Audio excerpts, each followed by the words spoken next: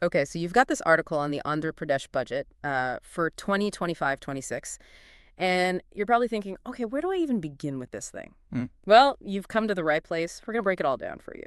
We're diving into this article titled Andhra Pradesh Budget 2025-26, Promises and Political Theater. And let me tell you, there's a lot to unpack here.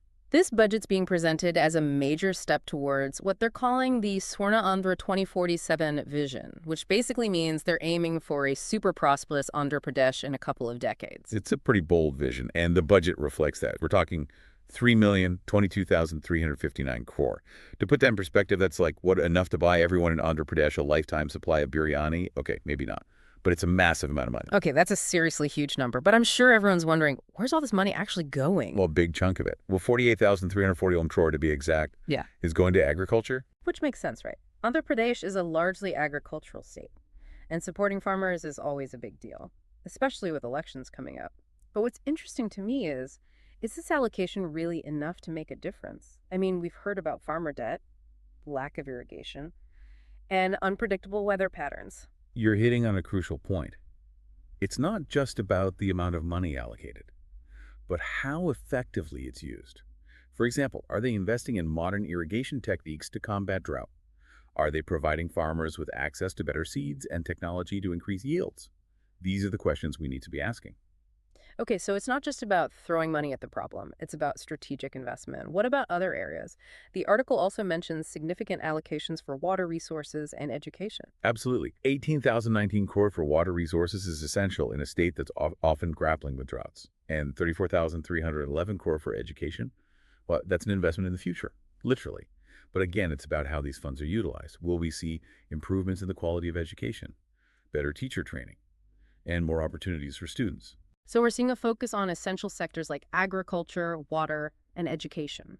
But what about social welfare? What's the budget doing for the most vulnerable sections of society? There's a combined allocation of 33,712 crore for SCs, STs, and minorities, which points to a focus on social equity and upliftment. That's a pretty substantial amount. It sounds like they're trying to address the needs of diverse communities. But the article also mentions something called the Super Six flagship welfare schemes. What are those all about? Ah, yes, the Super Six. This is where things get really interesting. These are essentially 6 major welfare programs that CM Naidu has announced, and they're definitely designed to make a splash. We're talking free bus travel for women, 20,000 towards per farmer under the Annadata Sugapava PM Kisan scheme, and 3 free LPG cylinders per year. Wow, those are some pretty big promises. I can see why they're calling them Super Six, but are these promises feasible? How are they going to pay for all of this? That's the million-dollar question. And it's something that experts and the opposition are scrutinizing very closely. The government has allocated 6,300 crore for farmer support and 9,407 crore for the Thaliki Vandanam scheme, which gives 15,000 to mothers to support their children's education. But the long-term sustainability of these programs is a major concern. So there's this tension between making these grand promises and actually being able to deliver on them. And it's not just those 3 schemes. The Super Six also includes a $1,500 monthly allowance for girl students and $3,000 a month for unemployed youth. Right, and those are potentially game changers, especially when it comes to empowering women and addressing unemployment. Imagine the impact this could have on a young woman's life, being able to continue her education and pursue her dreams because of this financial support. It's a powerful idea, but the cynic in me wonders if it's all just pre-election hype. I mean, these promises sound great, but can they actually implement them effectively? That's the question everyone's asking. The potential impact is huge, but so are the challenges. We're talking about reaching millions of people, ensuring transparency, and preventing corruption. So it's a wait-and-see situation. We have these big promises, massive allocations, and a lot of questions about how it's all going to work out. Exactly. And don't forget, there's another side of this story. The opposition parties aren't exactly thrilled with this budget. Oh yeah, the article mentions something about the YSR Congress Party crying foul. What are their main criticisms? Well, they're raising some valid concerns. They're arguing that the budget has slashed funding for key welfare schemes and market intervention funds, which could directly impact farmers. They're also questioning the lack of support for farmers struggling with falling chili prices. So they're saying the budget is neglecting crucial areas and potentially hurting those who need help the most. That's their argument. And it highlights the importance of looking beyond the headlines and digging into the details. It's easy to get caught up in the excitement of these big-ticket announcements, but we need to examine the potential consequences as well. It's a reminder that every budget has winners and losers, and it's essential to understand who those are. So we've got this grand vision of a Swarna Andhra, these flashy welfare schemes, and a lot of skepticism about whether it's all just political theater. It's a complex and fascinating situation, and it's a story that's still unfolding. It really makes you think, doesn't it? I mean, imagine you're a farmer in Andhra Pradesh right now. On the one hand, you've got the promise of 20,000 euro PRU, which could make a real difference in your life.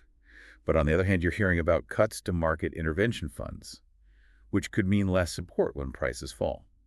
It's a tough situation to be in. It sounds like a roller coaster of emotions. Hope mixed with uncertainty, and maybe even a little bit of skepticism. Exactly. And that's why it's crucial to look beyond those headline-grabbing schemes and dig deeper into the budget. For example, the article mentions an allocation of 47,456 crore for backward classes, including housing support. That's a significant investment in social mobility and could have a lasting impact on communities. Okay, so we're seeing a focus on social welfare, but the article also mentioned investments in infrastructure and industries. That's right. The budget allocates 8,785 crore for roads and 3,156 crore for industries.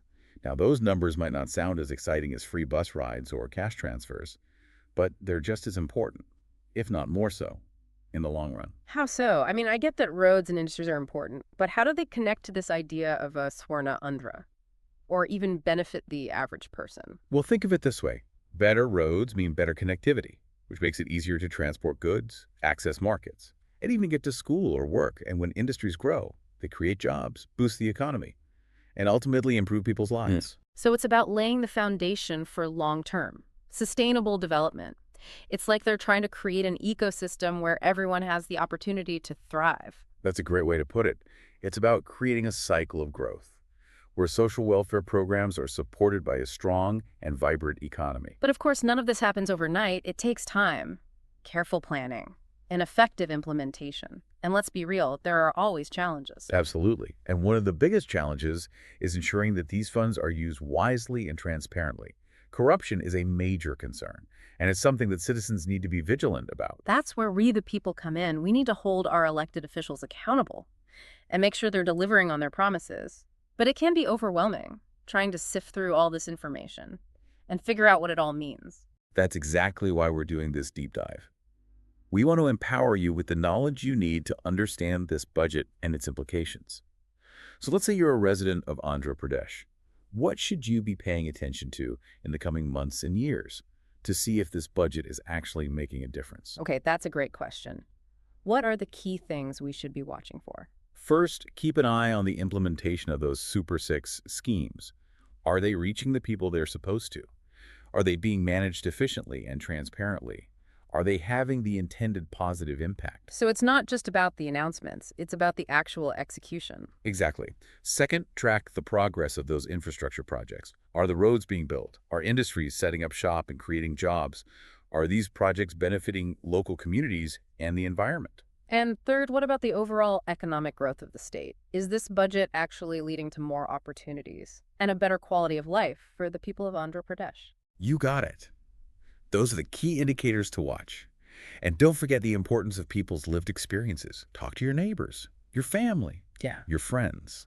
Are they feeling the impact of this budget in their daily lives? Their stories are the ultimate measure of success, right? It's about whether this budget is truly creating a Swarna Andhra, a golden Andhra Pradesh, for all its citizens. Precisely. It's about whether this budget translates into tangible improvements in people's lives.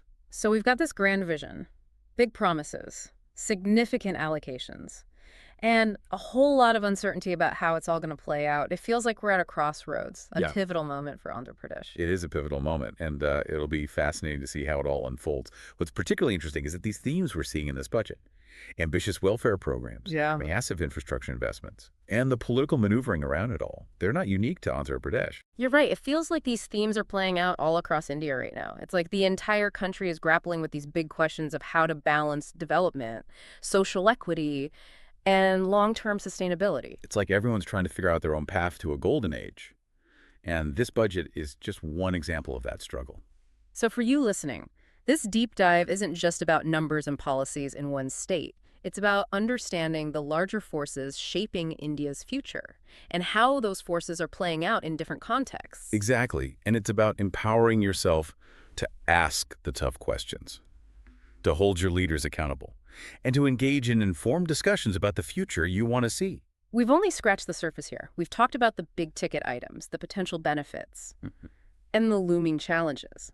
But the real story is going to unfold in the months and years to come. And that's where you come in. Pay attention to how these initiatives are implemented. Are they making a difference to people's lives? Are they being managed effectively?